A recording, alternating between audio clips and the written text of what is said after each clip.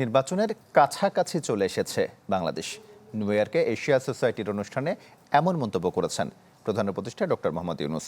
দাবি করেন, শুরুতে সার্ক ইউরোপীয় ইউনিয়নের মতো কাজ করলেও ভারতকে কার্যকর হতে দেয়নি। বলেন, সংঘাত কারোর জন্য ভালো কিছু বয়ে আনে না। জাতিসংঘের ৮০তম সাধারণ পরিষদের অধিবেশনে যোগ দিয়ে নিউ ইয়র্কে ব্যস্ত সময় পার করছেন প্রধান উপদেষ্টা ডক্টর মোহাম্মদ ইউনূস। বুধবার এশিয়া সোসাইটি আয়োজিত সংলাপে অংশ নেন তিনি। পরিচয় করিয়ে দেন সফর সঙ্গীদের সাথে। এ সময় ডক্টর ইউনূস বলেন, অন্তর্বর্তী সরকারের মূল লক্ষ্য সংস্কার, বিচার ও সুষ্ঠু নির্বাচন। জানান, জুলাই গণহত্যা সহ আওয়ামী লীগের অপকর্মের বিচার চলমান। বলেন, নির্বাচনের কাছাকাছি চলে এসেছে Bangladesh. Ordered killings and stealing money from the country. Literally, they just took all the assets of the country, shifted away from other countries and so on. So catch them, punish them, it's a legal procedure. And the third one is election.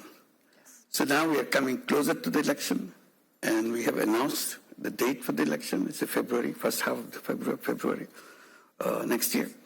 So we'll have the election, so we'll have an elected government. এ সময় SAARC নিয়েও নিজের ভাবনা তুলে ধরেন প্রধান উপদেষ্টা। বলেন, শুরুতে ইউরোপীয় ইউনিয়নের মতোই কাজ করছিল সংস্থাটি, ভারতের কারণে তা ব্যর্থ হয়েছে। Wonderful idea. It's like a European Union. That was a kind of image in which the SARC was built. But somehow one of our neighbors didn't like that framework. So it became almost a dead organization. এর আগে টেকসই উন্নয়ন নিয়ে জাতিসংঘ সদর দপ্তরে এক অনুষ্ঠানে যোগ দেন ডক্টর মোহাম্মদ ইউনূস। এ সময় সমৃদ্ধ ও স্থিতিশীল অর্থনীতি গড়তে বিশ্ব নেতাদের আহ্বান জানান তিনি।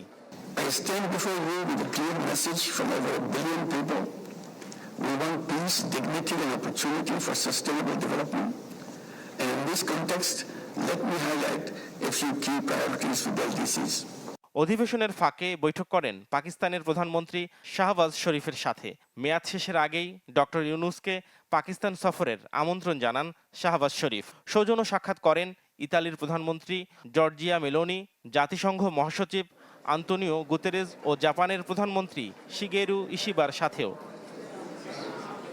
পরে ইউএস বাংলাদেশ এক্সিকিউটিভ বিজনেস গোলটেবিল আলোচনায় বক্তব্য রাখেন প্রধান উপদেষ্টা। মার্কিন কোম্পানিগুলোকে বাংলাদেশে আরও বিনিয়োগের আহ্বান জানান তিনি।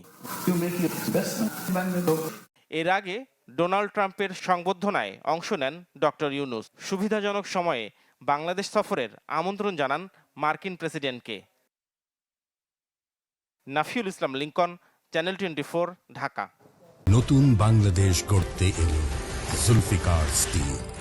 জুলফিকার স্টিল, ইস্পাত দৃঢ় অঙ্গীকার।